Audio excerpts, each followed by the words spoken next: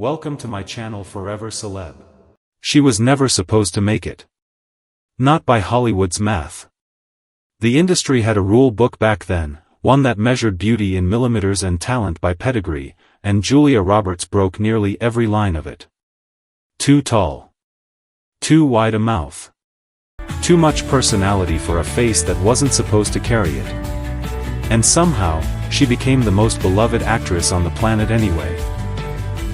Not handed the role, but earned it, through poverty, heartbreak, a shattered family, and a fame so sudden it nearly swallowed her before she learned how to hold it. For 30 years, she made the world laugh, cry, and believe in things that had no business feeling believable.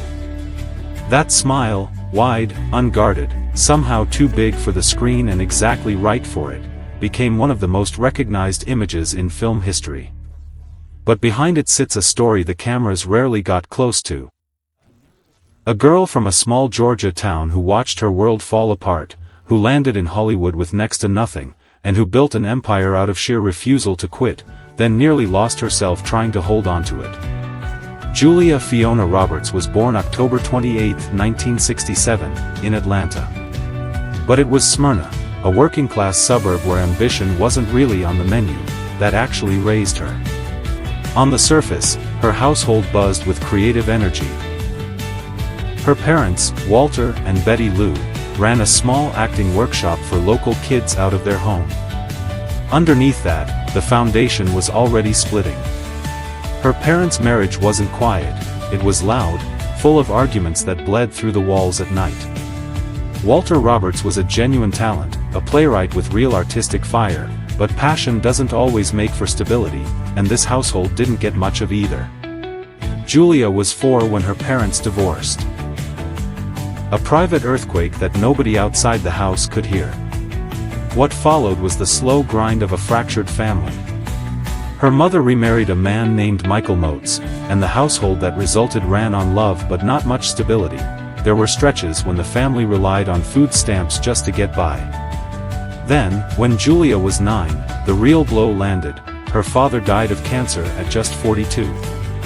For a 9-year-old already learning to navigate instability, it wasn't just a loss. It was the collapse of the one steady thing she had. Walter had been the person who told her that stories mattered, that performance had power. His death didn't just take a parent. It took the blueprint she'd been quietly building her future on. She carried that loss for decades. Even years later, fully famous, the mention of her father would noticeably soften her voice in a way no red carpet question usually managed. He never saw a single frame of what she became. An absence that sat, permanently, in every empty seat at every premiere of her career. School gave her some breathing room. She was bright, magnetic, the kind of kid whose laugh filled a room long before anyone guessed it would one day be worth a fortune. But she was also restless, carrying the particular hunger of someone who'd already learned the world can vanish without warning. She didn't know yet what she wanted. She just knew she needed out. She landed in New York City in 1986 at 18 years old, with a suitcase, no contacts, and the kind of fearless momentum only the young or the desperate can summon. She slept on her older sister Lisa's apartment floor in a city that has never once been gentle with anyone's ambitions. The rejections came fast and constant. She auditioned, got passed over. Auditioned again, got passed over again. Casting directors called her unconventional, too angular, not quite right. Over and over, in slightly different language. It wasn't cruel exactly. It was worse, routine. She picked up modeling work to cover rent, just enough money to survive, never quite enough to relax. Going home wasn't an option her pride would allow. New York had to work, because there was no backup plan. Slowly, things started to shift. Small roles. Student films. The unglamorous groundwork that builds an actor's instincts long before anyone notices. Her brother Eric, already a few steps ahead in Hollywood, opened a couple of doors for her, but she wasn't coasting on his name. She was building her own footing, rejection by rejection. In 1988, she landed a supporting role in Mystic Pizza, a small film about three young women working in a Connecticut pizza shop. It wasn't built to launch anyone. It didn't need to be. Julia Roberts on screen, even in a secondary role, was simply impossible to look away from. Industry attention started building, quietly. She'd survived New York. What came next would move faster than anyone, including her, was ready for. Some films can't be explained by talent alone. The timing, the face, the cultural hunger all align at once, and the result isn't just a hit, it's a rupture. Pretty Woman was that rupture. Released in March 1990, the script had originally been darker and edgier before the studio polished it into a glossy fairy tale. And at its center stood a 22-year-old who'd been sleeping on her sister's floor 4 years earlier. The film grossed $463 million worldwide, the highest-grossing romantic comedy of its era, and Julia Roberts went from relatively unknown to globally famous in the space of a single weekend. That smile did most of the heavy lifting. Too wide, too bright, impossibly real, nothing like the manufactured glow most studio products tried to fake. People could tell the difference instantly. She earned an Academy Award nomination. Her face went up on magazine covers, billboards, and front pages in languages she couldn't read. What nobody warned her about was the weight that comes attached to that kind of overnight fame. Every move photographed. Every relationship picked apart.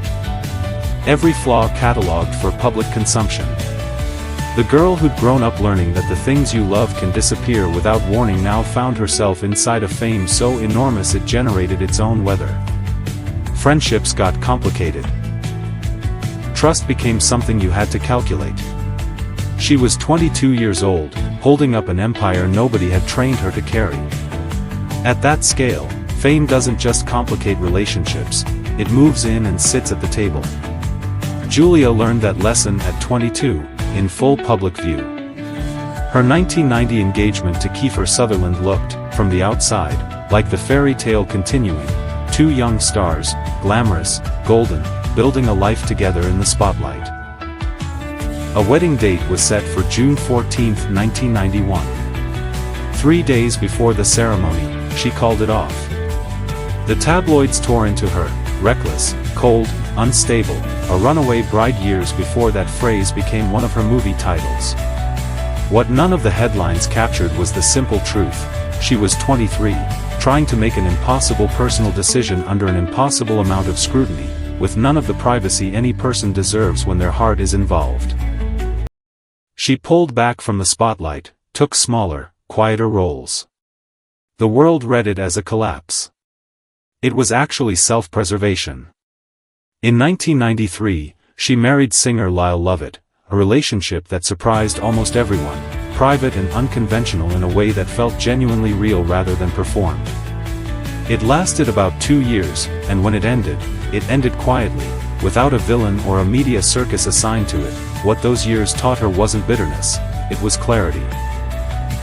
She started to understand the specific tax fame charges on intimacy, how hard it becomes to know whether someone sees you, the actual person, or just the image, the icon, the $463 million smile projected onto every screen on Earth. She'd been loved by millions and was only beginning to grasp that being wanted by everyone isn't remotely the same as being known by anyone. Returning takes a different kind of nerve than starting out. By the late 1990s, Julia Roberts came back to the center of Hollywood with precision instead of desperation, choosing carefully rather than chasing momentum.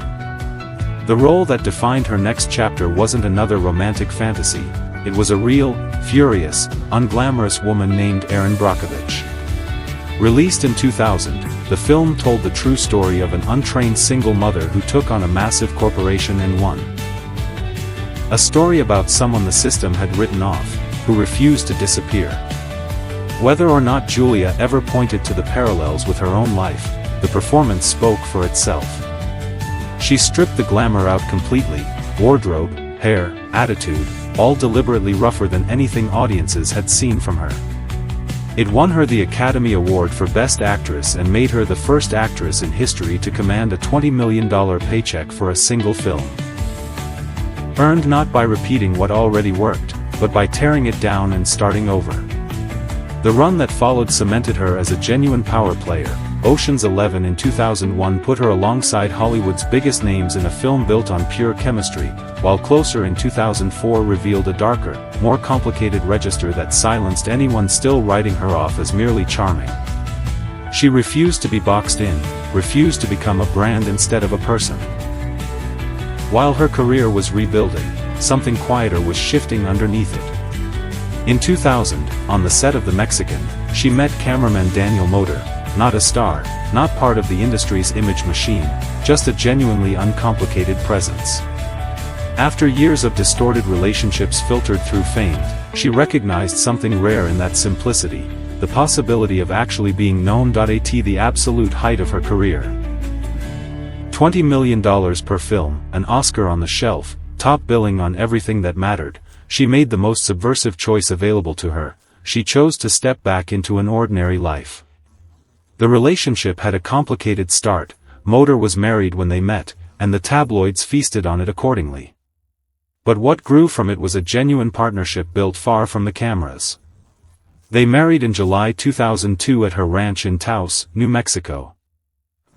No red carpet, no press inside, just a deliberate, private decision to protect something real. The years that followed were measured in family milestones rather than box office numbers. Twins Hazel and Phineas arrived in November 2004, a third child, Henry, followed in June 2007. With each one, Julia moved further from the celebrity machine and closer to the stable home she'd never had growing up. She relocated her life to that New Mexico ranch, drove her kids to school, cooked dinner, lived, as much as someone of her fame could, an ordinary daily life. Hollywood watched, mostly baffled.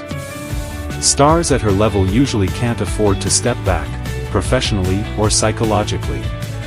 She let her own visibility fade, on purpose, and took roles only when they genuinely interested her. The girl who once needed to escape Smyrna had finally found somewhere she wanted to stay.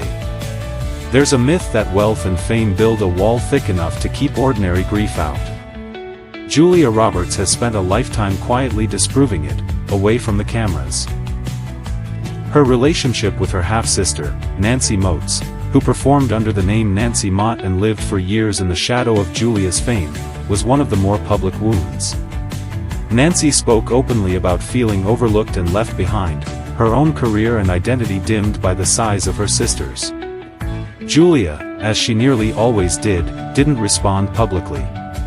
In February 2014, Nancy was found dead in Los Angeles at age 37, in what officials described as an apparent drug overdose. A note she left reportedly referenced the estrangement between them.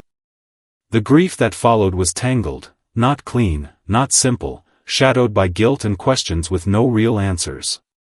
When Julia eventually spoke about it, months later, it came out in careful, painful fragments. Those close to her described someone carrying the loss privately, the same way she carried everything that mattered most. Her mother, Betty Lou, weathered her own version of hardship across those same years. A difficult second marriage, years of financial strain, the complicated legacy of raising children whose lives went in such wildly different directions. Fame had given Julia Roberts almost everything the world uses to measure success. It hadn't given her a sister who was still alive, or a father who lived long enough to see what she became. In 2025, Julia Roberts is 57, and by any measure that actually matters, she's exactly who she set out to be. She still works selectively, with the quiet confidence of someone who has nothing left to prove. Her role in 2023's Leave the World Behind reminded a new generation what longtime fans already knew: whatever it is she brings to the screen, it doesn't fade with time. It deepens.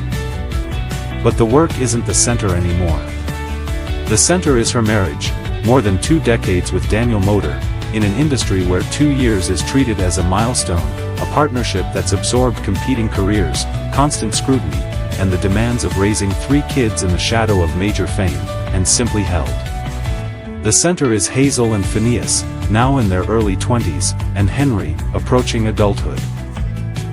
3 kids she raised with the deliberate intention of being known as themselves, not as Julia Roberts's children.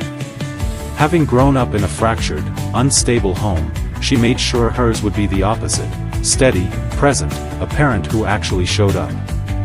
Her fortune, estimated north of $250 million, sits on her with the same detachment she's always shown toward the trophies of success. The Taos Ranch remains the real headquarters of her life. Land, distance, a piece of the world that belongs to the life she built rather than the career that funded it. She's talked more openly in recent years about aging, not with anxiety but with something closer to peace, and the industry watches, faintly puzzled, as she simply refuses to perform the expected panic. She looks like herself, and she's chosen to keep looking like herself.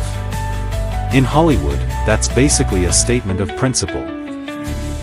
There's a moment in Pretty Woman people remember without quite being able to explain why, not the most dramatic scene, not the most technically impressive, just the moment she laughs, fully and unexpectedly, and the whole film stops feeling like a product and starts feeling real. That moment has held up for 35 years because it couldn't have been manufactured. It came from someone who'd known real loss, real hunger, real uncertainty. And who came out the other side still capable of that kind of unguarded joy. That's the actual legacy. Not the Oscar, not the $20 million paycheck, not the magazine covers.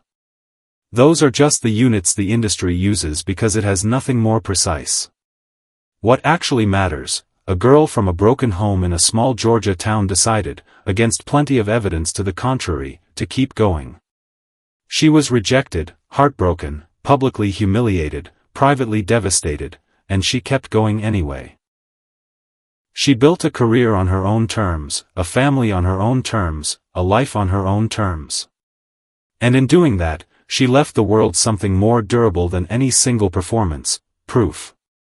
Proof that being too much for some rooms is exactly what makes you unforgettable in others. Proof that the most famous smile in Hollywood history wasn't built on perfection, it was built on survival.